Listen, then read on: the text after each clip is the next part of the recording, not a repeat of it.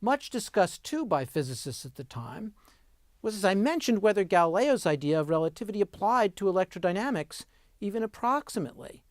That is, mechanics is the same for every constantly moving observer. What about electricity, magnetism, and light? Well, these questions were intertwined. For most physicists, the ether was what separated electricity and magnetism from the complete relativity of Galileo.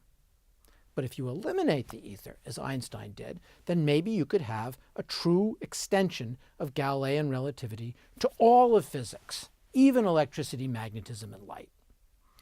So before Einstein set foot into the patent office, crucial pieces of the relativity puzzle were in place for him. He knew Maxwell's equations about electricity and magnetism and how light could be described as electric waves. He was committed to a realistic picture of moving electrical charges, and he had dismissed the ether as a superfluous notion. He was surely worried, like many of his contemporaries, about whether electricity and magnetism and light truly obeyed Galileo's insistence that physics was the same for all constantly moving observers, but Einstein was determined to find a way of showing that relativity, Galileo's relativity, worked in general. Meanwhile, those great physicists of the 19th century were beginning, out of desperation, to experiment with mathematical tricks and modifications in the way that time functioned in different frames of reference.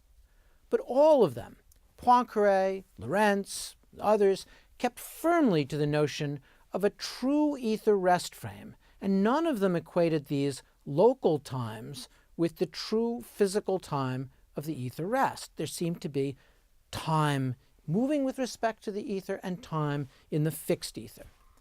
Poincaré and Lorentz began their physics with assumptions about the basic forces of nature, the forces that held together the building blocks of interferometer arms, the forces that kept electrons from exploding because their charges were all in one small space.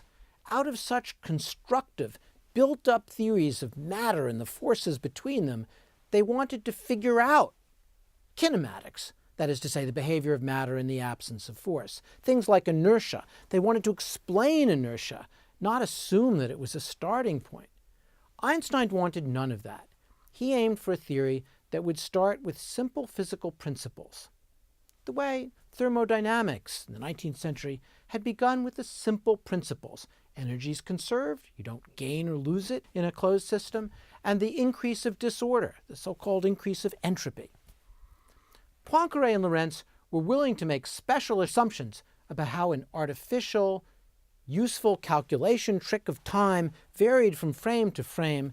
None of them had put the coordination of clocks at the starting point, at the principled beginning of their physics. And that's where things stood in the years after Einstein arrived in the patent office in 1902.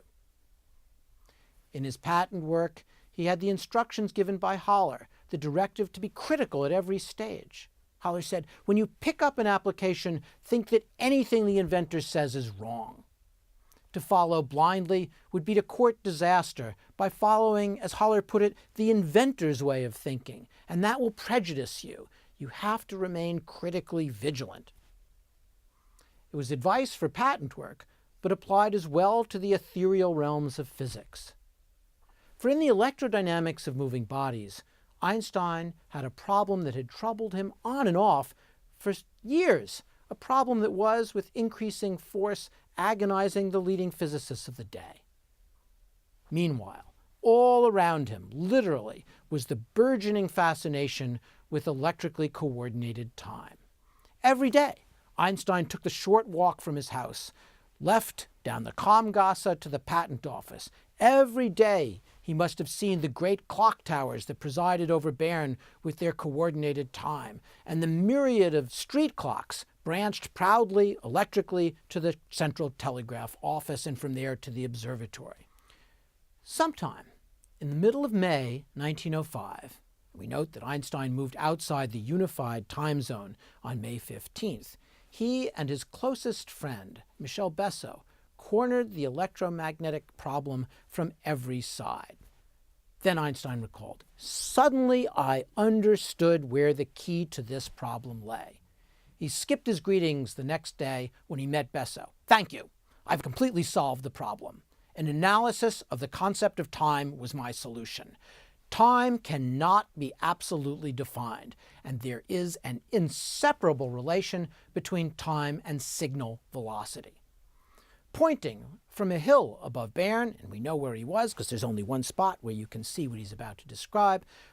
From that hill above Bern, he pointed at a Bern clock tower, one of the most famous synchronized clocks in Bern, and then to a clock tower in nearby Muri, which was not yet linked to the mother clock. Einstein laid out his synchronization of clocks.